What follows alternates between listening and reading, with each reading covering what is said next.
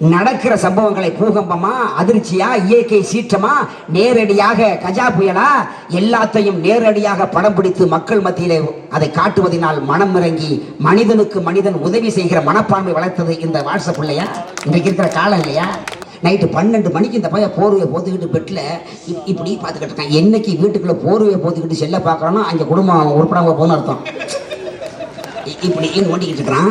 பக்கத்தில் அவங்க அம்மாவும் அப்பாவும் படுத்துருக்குறாங்க. நைட்டு 12 மணிக்கு அந்த பிள்ளைக்கு ஃபோன் போட்டு, சரி நைட்டு 12 மணிக்கு நான் தூங்க போகிறேன், நீ தூங்க போறியா? ஆமாம். சரி ஒரே ஒரு எச்சு கூட. அந்த பிள்ளைக்கு நைஸாக பேசலாம். பக்கத்தில் அம்மா அப்பா படுத்துருக்குறாங்க, போர்வையை போத்திக்கிட்டு அந்த பிள்ளை அப்படி கொடுத்துருக்கு. இவன் உடனே பதிலுக்கு இவனுக்கு கொடுக்கணும்ல, கொடுத்தாலும் தூக்கம் வரும். இவன் படுத்துக்கிட்டு பக்கத்தில் என்ன பண்ணியிருக்காங்க இருக்க அப்படின்னு இருக்கான். பக்கத்தில் இருந்த அப்பங்காரன் ஏதோ பள்ளி கத்துறது போல இருக்கு, பள்ளியோட சேர்ந்து இவன் கத்துனான் அப்படின்னு. விடிய விடிய அப்பனும் பிள்ளையும் சின்ன கொடுத்து நடக்கிறாங்க. விடிச்சு அம்மா காரி சொல்லியிருக்கா, எங்க நம்ம வீட்டில் 2 பள்ளி கத்துறது நல்லது பறக்க போகுதுங்க அப்படின்னா. 3 மாசம் கழிச்சு அந்த பிள்ளைக்கு குழந்தை பிறந்துடும்.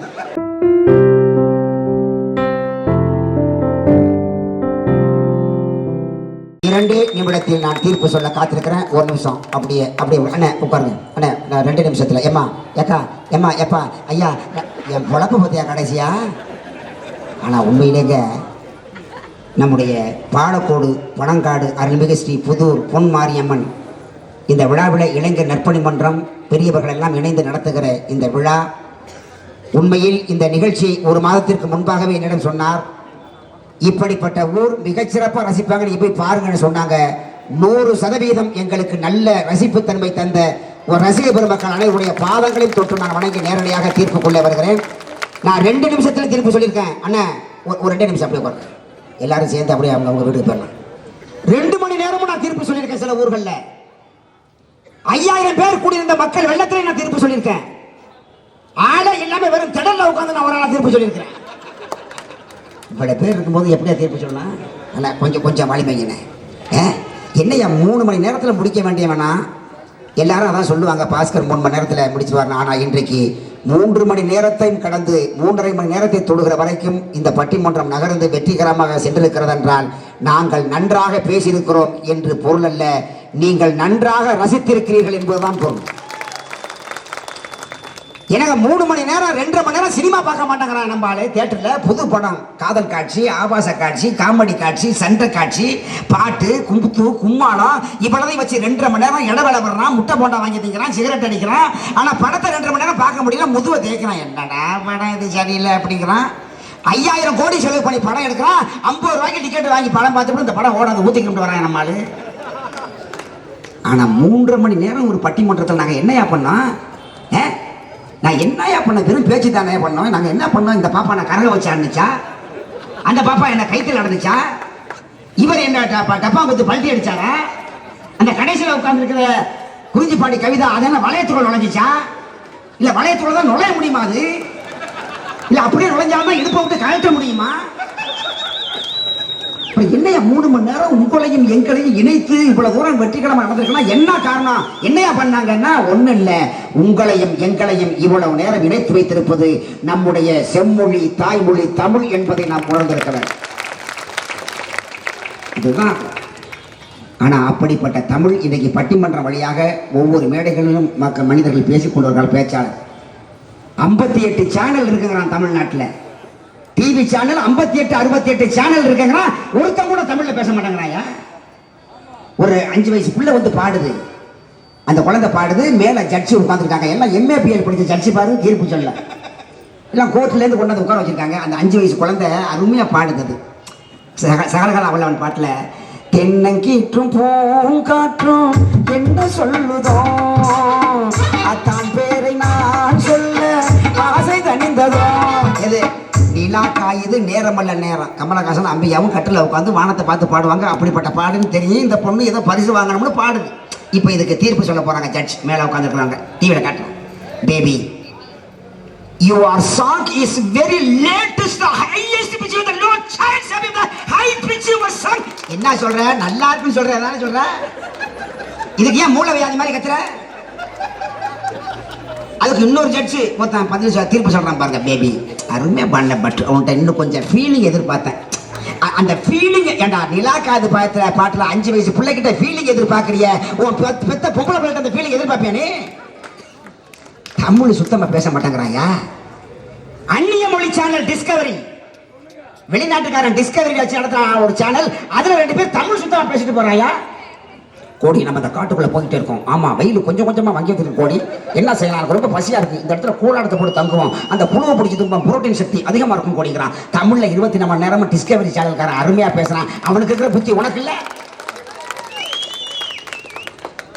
24 மணி நேரம் நாடகம் சீரியல் தொடர் மெகா தொடர் நெடும் தொடர் என்ன ஒரே மாவு இட்லி தோசை ஊத்தப்ப மாதிரி காட்டிட்டு இருக்காங்க என்ன கதை நீ எந்த கதையை பாருங்க அவனோட சேர விடாத அவன் வயிற்றுல வளர்ற பிள்ளை அழிச்சு விடுறா தம்பி இவளை விட்டு வாடா தம்பி அவளை கல்யாணம் பண்ணி வைக்கிறான் அந்த குடும்பத்தை அடியோடு அழிச்சு விடுவான் வசனத்தை எழுதுறான் பாருங்க இந்த வசனத்தை எவன் தான் எழுதி உட்காந்து தெரியல சென்னையில இவன் பேசுறான் பாருங்க உன் வீட்டுல பொண்ணு எடுத்து கல்யாணம் பண்ணி மானம் கட்டத்தனமா போயிட்டு இருக்கு பாரு இனி உன் வீட்டு வாசல நான் மிதிப்பா வர மாட்டேன் போ அப்படின்னு இவ்வளவு நேரம் பேசுறான் அதுக்கு அவருக்கு சொல்றான் இப்படி சின்னத்தனமா பேசாத இவ்வளவு நீளம் பேசுறது சின்னம்மா அடுத்து ஒரு வசனத்தை பாருங்க இப்படி எல்லாம் பேசாதீங்க என்னை மன்னிச்சிருங்க இவ்வளவு பெரிய வார்த்தையே சொல்லாதீங்க ஏன்டா மன்னிச்சிருக்கணும் ஒரு வார்த்தை சொன்னது பெரிய வார்த்தை நீளமா வசனம் பேசுறது சின்ன வார்த்தை மாமியாளுக்கு மருமகளுக்கு சண்டையா 2 பேருக்கு சண்டை ஒரு நாடகத்தை பார்க்குறா உட்காந்து சும்மா பொழுதுபோக்கலாம்னு மாமியாளுக்கு மருமகளுக்கு சண்டை மருமக கோச்சிக்கிட்டு போய் கிச்சனில் சமைச்சிக்கிட்டு இருக்கா மாமியாக்காரி வாசல் நிற்கிறா பெத்த மாமா வரட்டும் இன்னைக்கு அவனை கேட்குற கேள்வியில் ஒன்று அவன் இருக்கணும் நான் இருக்கணும்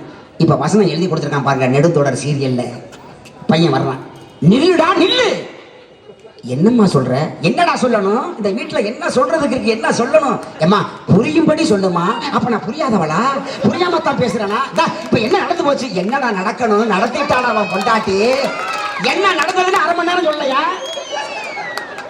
இதுக்கு விளம்பரம் இடவேளைங்கிறான் இடவேளைக்கு ஒண்ணுக்கு போற வரவே இல்லை இந்த கடுப்புல வரலங்க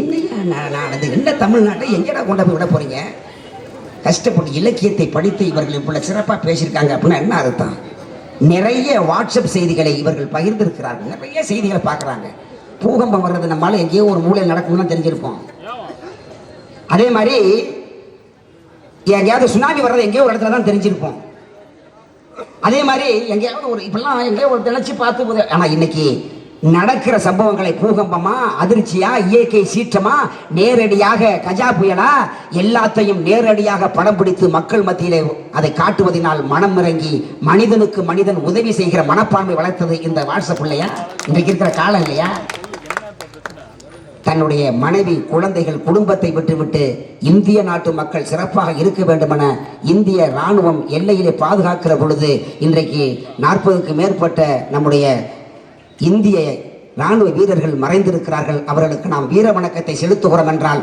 அடிகோடி மனிதன் வரை கடைகோடி பாமரன் வரையை உணர்ந்திருக்க செய்வது இந்த வாட்ஸ்அப் செய்திகள் இல்லையா அப்ப இது எவ்வளவு ஒரு பெருமையா நம்ம பேசணும் அப்படின்னு இவங்க பேசியிருக்கிறாங்க மறுக்க முடியாதுங்க ஆனா இவங்க என்ன சொல்றாங்க அதெல்லாம் சரிதாயா இதெல்லாம் டெக்னாலஜி யூஸ் பண்ணலாம் ஒழுங்கா பயன்படுத்த மாட்டேங்கிறானே இன்னைக்கு பாலியல் வன்கொடுமைகள் இந்த அளவுக்கு சின்ன வயசு குழந்தைய கற்பழிக்கிறான் வயசு பார்க்காம பண்ணிட்டேன் இதெல்லாம் என்ன காரணம் 8வது 7வது படிக்கிற பையன் வாட்ஸ்அப் நெட்டு அது போய் யூடியூப்ல போய் இன்னும் கெட்டு குட்டிச்சவரா போயிட்டான்னு சொன்னாங்க எங்க ஊர்ல ஒரு குடும்பம் இருக்குதுங்க ஒரு பொண்ணை காதலிச்சா அந்த காதலிக்கிற பிள்ளைக்கு செல்போன் வாங்கி கொடுத்துட்டான் நைட்டு 12 மணிக்கு இந்த பையன் போர்வையை போத்துக்கிட்டு பெட்டில் இப்படி பார்த்துக்கிட்டு இருக்கான் என்னைக்கு வீட்டுக்குள்ள போர்வையை போத்துக்கிட்டு செல்ல பார்க்கறோன்னா அங்கே குடும்பம் உருப்படாம போன்னு அர்த்தம் இப்படி ஓட்டிக்கிட்டு இருக்கிறான் பக்கத்தில் அவங்க அம்மாவும் அப்பாவும் படுத்துருக்குறாங்க நைட்டு 12 மணிக்கு அந்த பிள்ளைக்கு ஃபோன் போட்டு சரி நைட்டு 12 மணிக்கு நான் தூங்க போகிறேன் நீ தூங்க போறியா ஆமாம் சரி ஒரே ஒரு எச்சு கூட அந்த பிள்ளைக்கு நைஸாக பேசலாம் பக்கத்தில் அம்மா அப்பா படுத்துருக்குறாங்க போர்வையை போத்திக்கிட்டு அந்த பிள்ளை அப்படின்னு கொடுத்துருக்கு இவன் உடனே பதிலுக்கு இவனுக்கு கொடுக்கணும்ல கொடுத்தா தான் தூக்கம் வரும் இவன் படுத்துக்கிட்டு பக்கத்தில் என்ன பண்ணியிருக்காங்க இருக்க அப்படின்னு இருக்கான் பக்கத்தில் இருக்க அப்பங்காரன் ஏதோ பள்ளி கத்துறது போல இருக்கு பள்ளியோட சேர்த்து இவன் கத்துனான் அப்படின்னு விடிய விடிய அப்பனும் பிள்ளையும் சின்ன கொடுத்து நடக்கிறாங்க விடிச்சு அம்மா காரி சொல்லியிருக்கா எங்க நம்ம வீட்டில் 2 பள்ளி கத்துறது நல்லது பறக்க போகுதுங்க அப்படின்னா 3 மாசம் கழிச்சு அந்த பிள்ளைக்கு குழந்தை பிறந்துடும் இப்படி வளர்த்து குட்டிச்சவராக்கி போச்சு எங்க செல்போனு பார்த்து அதை தான் நம்ம சொல்றாங்க அப்ப அன்றைய வயல்வெளி வாழ்க்கையில மனிதனுக்கு புத்தி சொன்னா அவனை பார்த்து வாழ்ந்து நடந்துக்கிட்டும் அப்படிப்பட்ட மனிதர்கள் இல்லாம ஆக்கி விட்டீங்கள சிறு போதைகளை கொண்டாந்து காட்டிவிட்டாயா வாட்ஸ்அப்பில் தண்ணி அடிக்கிறது மாதிரி காட்சி, சின்ன பையங்களை பயக்கிறது மாதிரி கைங்க. ஒரு காலத்தில் 40 வயசுக்கு மேலே தான் சாராய கடையில் போய் சாராயம் குடிப்பான். ஊருக்கு அப்பாடா சுடுகாட்டு பக்கம் சாராய கடை வச்சிருப்பான், நம்பர் போட்டுனால சின்ன பையன். அப்போ பார்ப்பேன் எங்கள் அப்பா எங்கள் பெரிய பணம் போவாங்க அந்த பக்கம், தலையில் முக்காடு போட்டு போவான். 45 வயசு, யாருக்கும் தெரியாமல் போய் தண்ணி அடிச்சுட்டு வரணும் அப்படின்னு. இன்னைக்கு 10வது படிக்கிற பையன் எக்ஸாம் சோசியல் சயின்ஸ் பரிசை எழுதி போட்டு யூனிஃபார்ம் கழட்டாம பீரை குடிச்சு போட்டு பஸ் ஸ்டாண்ட்ல படுத்து கிடக்கிறத வாட்ஸ்அப்ல போட்டு காட்டுறீங்களா? கேவலம் இல்ல நாட்டுல. என்ன பெரிய நீ மலையை சாட்சி விட்ட? 10வது வரைக்கும் படிக்கிற பையன் பெரிய அன்னைக்கு. நான் ஒன்னே ஒன்று சொல்றேன் கேளுங்க, நான் ஆசிரியர் இருக்கிறதுனால சொல்றேன். 9வது 10வது படிக்கிற முலாண்டு பரிசை படிக்கிற வரைக்கும் உள்ள பையன்களை 12 ஆண்டு காலம் ஆய்வு செய்து பார்த்தேன். ஒருத்தம் கூட சின்ன தப்பு பண்ணலங்க. 14 வயசு அவன் இருக்கிற வரைக்கும் 9வது முடிச்சு 10வது படிச்சு பப்ளிக் எக்ஸாம் முடிகிற வரைக்கும் ஒரு பையன் எந்த தப்பும் பண்ணல, சின்ன தவறு கூட பண்ணல. நான் ஆராய்ச்சி பண்ணி தான் பார்த்தேன். அப்ப எப்படா அவன் குட்டிச்சவரா போகிறான் அப்படின்னா, சமூக அறிவியல் பரீட்சை முடிஞ்சுட்டு வெளியில வரும்போது கூட்டணி சேர்க்கலாம். அன்னைக்கு தான் நம்ம பெரிய மலையை சாட்சி போட்டோம், நம்ம அங்க போவோம் இங்க போகணும் அன்னைக்கு பண்ண. நான் ஒன்னே ஒன்று சொல்றேன், இனி வரக்கூடிய 10ஆம் வகுப்பு அரசு பொது தேர்வில் உங்களுடைய ஆண் பிள்ளைகளோ பெண் பிள்ளைகளோ இருந்தாலும் சரி, எந்த ஸ்கூல்ல பப்ளிக் எக்ஸாம் பரீட்சை எழுதுறாங்களோ கடைசி பரீட்சை அன்னைக்கு 11 மணிக்கே அந்த சென்று வாசல்ல நின்று பெற்றோர்கள் தான் புள்ள வந்தவன் அழைச்சிக்கிட்டு நீங்க வீட்டுக்கு வந்தீங்கன்னா அவன் 100 ஆண்டு காலம் எந்த தவறு செய்ய மாட்டான். 11வது நண்பர் மாறிடுவான், 12வது நண்பர் மாறிடுவான், காலேஜில் போனா சுய புத்தி வந்துடும். அந்த இடத்துல தான் அவன் தப்பு பண்றாங்கிறத நான் கண்டுபிடிச்சேன். இன்னைக்கு சிறு போதை ஆயிடுச்சுங்க. யாரும் புத்தி சொல்றதுக்கு ஆள் இல்ல. கேட்டாக்க இது டெக்னாலஜி வளர்க்காங்கிறான். ஹான்ஸ் பான்புராக்கு கடையில சரசரமா தொங்குது, எப்படா போடுறான்னு பாக்குறையா? இந்தியா முழுக்க காஷ்மீர்ல இருந்து கன்னியாகுமரி வரைக்கும் இந்த பான்புராக்க ஒரே ஸ்டைல்ல தான் போடுறான். எவன் தான் டியூஷன் எடுத்தான், எந்த சேட்டு பாடம் நடத்தினான்னு தெரியல. நான் பாக்குறேன், ஒருத்தன் போடுறாங்க கடையில போய், எங்க ஊர்ல ஒருத்தன் பொட்டி கடையில பான்புராக்கு தொங்குது. அந்த பாக்கு பேர் சாந்தி பாக்கு போல இருக்கு. இவன் போய் கடையில் 5 ரூபா பணம் கொடுத்துட்டு அண்ணன் சாந்தி இருக்கான்னு கேட்டிருக்கான். அவன் பொண்டாட்டி பேர் சாந்தி போல இருக்கு. அட்டி உரிச்சு எடுத்திருக்கான்டா. 5 ரூபாயா? அப்புறம் எவ்வளவுன்னு? ஏ இல்ல சார், இப்போ கூட விலை எதுக்காங்கன்னு கேட்டான். 5 ரூபா தானே. வாங்கி போடுறான் பாரு. நான் பாக்குறேன், வாங்கி அப்படி பார்க்கலாம். பார்த்துட்டு சரக்கு இறக்குறான் கீழே. கரெக்டா எல்லாம் இதே ஸ்டைல் தமிழ்நாடு முழுக்க நீங்க பாருங்க. அப்படியே திருப்பி இப்படி கிளிக்கிறான். அப்படி கிழிச்சு இந்த 2 விரலாம் அப்படி வைக்கிறான், வேற எந்த விரலும் இல்லை. வச்சு இந்த கையை கீழே கொடுத்து மேலே இப்படி தட்டணும். இந்த விரலாம் தான் தட்டணுமா, வேற தட்டினா சதறிடுமா? என்னென்ன ஃபார்முலா பாருங்க. இதை வந்து இப்படியே தட்டிக்கிட்டு உலக அரசியல் பேசுறாங்க. இந்த நாடு உருப்படுக்கிற ஏதோ மோடி அமெரிக்கா போனா எங்க 5 ரூபா பான் பாக்க வச்சுக்கிட்டு அகில உலக அரசியல் பேசுறாங்க நம்ம ஆளு. உடனே வாயில போடுறாங்கிறீங்களா? 1/2 மணி நேரம் ஆட்டுறான் அந்த கையை. அந்த ரைஸ் மில்ல அரிசி புடைக்கும் பாருங்க, அதே மாதிரி ஆட்டி விட்டு அப்பவும் போட மாட்டாங்க. டப்பு வச்சு அப்படி மந்திரவாதியா அதுக்கு இந்திராவாதியா இவ்வளவு மெத்தட் ஃபார்முலா யூஸ் பண்ணி அப்புறமா வாயில போட்டுங்க. 1/2 மணி நேரம் தரையில துப்புறான். 5 லிட்டர் ஆசிட் ஊத்து கலம்னா கூட அதை கிளீன் பண்ண முடியாது. ஏண்டா பொண்ணு பார்க்க போறப்ப பொண்ணுக்கு பாட தெரியுமா ஆட தெரியுமா நீ கேட்கறிய? இந்த செங்கக்கல் அடிக்க வச்சது மாதிரி பல்ல வச்சுட்டு நீ போய் பொண்ணு பார்க்க போறிய? பொண்ணு வீட்டுக்காரன் திருப்பி மாப்பிள்ளைக்கு சிரிக்க தெரியுமான்னு கேட்டா எந்த பல்ல வச்சு சிரிப்பேன்? உனக்கு கல்யாணம் நடக்குமா? இது தொலைட்டுங்க. இந்த காஞ்சின்னு ஒரு கோயில போறாயா, இதுவும் அதே ஃபார்முலா வாங்கி அதே மாதிரி இறக்கி அப்படி அப்படி கிழிச்சு இதே வரல வச்சு தட்டி விட்டு தூக்கி வீச மாட்டாங்க. காஞ்ச கம்கட்டில் வச்சுக்கிறாங்க. ஏன்டாங்க இது ஒரு வாரத்துக்கு வரும் வேலையை பாக்குறான். சரி அப்படியே போட போறான்னு பாக்குறேன். இந்த கட்டை வரல கொடுத்து இப்படி உருட்டுறாங்க. எட்டிலிருந்து பாத்தீங்கன்னா எலுமிச்சம் பழத்துல மை போட்டு பாக்குற மந்திரவாதி மாதிரியே பண்றான். அப்படியே உருட்டி டக்குன்னு வைக்க மாட்டேங்கிறான். இந்த உதட புடிச்சு இழுக்கிறான். 2 அடி வருது வெளியில. அப்படியே வச்சு கூட சரட்டில் அடிக்குது. கிராபிக்ஸ் ஆகுது, விட்லாச்சார் படமாகும். இவ்வளவு கலாச்சாரத்தையும் கற்றுக் கொடுத்தது எதுன்னா உங்க வாட்ஸ்அப், உங்க டெக்னாலஜி, உங்க செல்லு வந்த பிறகுதானே இந்த நாட்டினுடைய பண்பாடு நாகரிகம் கெட்டு குட்டிச்சவரா போச்சுன்னு சொன்னாங்க. இதைத்தான் ரத்த கண்ணீர் திரைப்படத்துல எம்.ஆர். ராதா வெளிநாட்டில் படிச்சுட்டு வருவார். வந்து அம்மாவை மதிக்காம, அப்பாவை மதிக்காம, தாயை மதிக்காம எட்டி உதைச்சிட்டு விலை மாதே கதின்னு அனைத்து அட்டுளையும் பண்ணுவார். கடைசியில தொழுநோய் வந்து அவள் எட்டி மிதிக்கிற பொழுது வாசலிலே வந்து கிடப்பார். ஒரு பக்கம் இடி, ஒரு பக்கம் மழை. அப்ப சொல்லுவார், நான் இறந்த எனக்கு சிலை வையுங்கள், இந்த சிலையை பார்த்து விட்டு எதிர்கால இளைஞர்கள் திருந்தட்டும் அப்படின்னு. அந்த படத்தை படமாக எடுத்து காட்டவில்லை, பாலமாக நமக்கு காட்டினானே. அது வயல்வெளி காலம், அந்த காலத்தினுடைய வாழ்க்கை தாண்டா சிறந்ததுன்னு அவன் படம் பிடிச்சு காட்டினாயா. குற்றம் புறந்தவன் வாழ்க்கையில் குற்றம் புரிந்த எனக்கு வாழ்க்கையில் நிம்மதி ஏதா ஏதா வாஸ்தவம். கொண்டவளை இழந்தார், கண்டவள் பின் சென்ற, என் கட்டுடலையும் இழந்தார், இரு கண்களையும் இழந்த, இனி வாழ்க்கையில் நிம்மதி ஏத ஏத வாழ்க்கை நிம்மதி கொள்வதென்பதே. நம்முடைய முன்னோர்கள் நமக்கு தந்திருக்கிற இலக்கியங்களில் அறநூல்களில் நாம் எப்படி வாழ வேண்டும் என்கிற செய்திகள் இருக்கிறது. நம்மை வழிநடத்தக்கூடிய பெற்றோர்கள் பெரியவர்கள் நிறைய வழிநடத்துகிறார்கள். இந்த மக்கள் தொகை வேகமான உலகத்தில் விஞ்ஞான வளர்ச்சியை நாம் ஆதரிக்க வேண்டும் தான், இல்லை என்று சொல்லவில்லை. ஆனால் அதனை எப்படி பயன்படுத்த வேண்டும், எப்படி நடக்க வேண்டும் என பெரியோர்களுடைய அந்த வயல்வெளி காலத்தில் வாழ்ந்த மனிதர்களுடைய அறிவுரையை கேட்டு இந்த விஞ்ஞான கருவிகளை நாம் பயன்படுத்தினால் எதிர்கால சந்ததியினர்கள் நல்வழியில் செல்வார்கள் என்பதற்காக வழங்கப்படுகிற தீர்ப்புதான் குடும்ப உறவும் குடும்ப பாசமும். இந்த உறவுகளையும் பண்போடு பாசத்தோடு வளர்ப்பது வயல்வெளி காலத்து நம்முடைய வயல்வெளி காலமே வயல்வெளி காலமே வயல்வெளி காலமே என தீர்ப்பாக வழங்கி மீண்டும் உங்களை சந்திப்போம். அதுவரைக்கும் உங்களிடமிருந்து விடைபெறுகிறோம். நன்றி, வணக்கம்.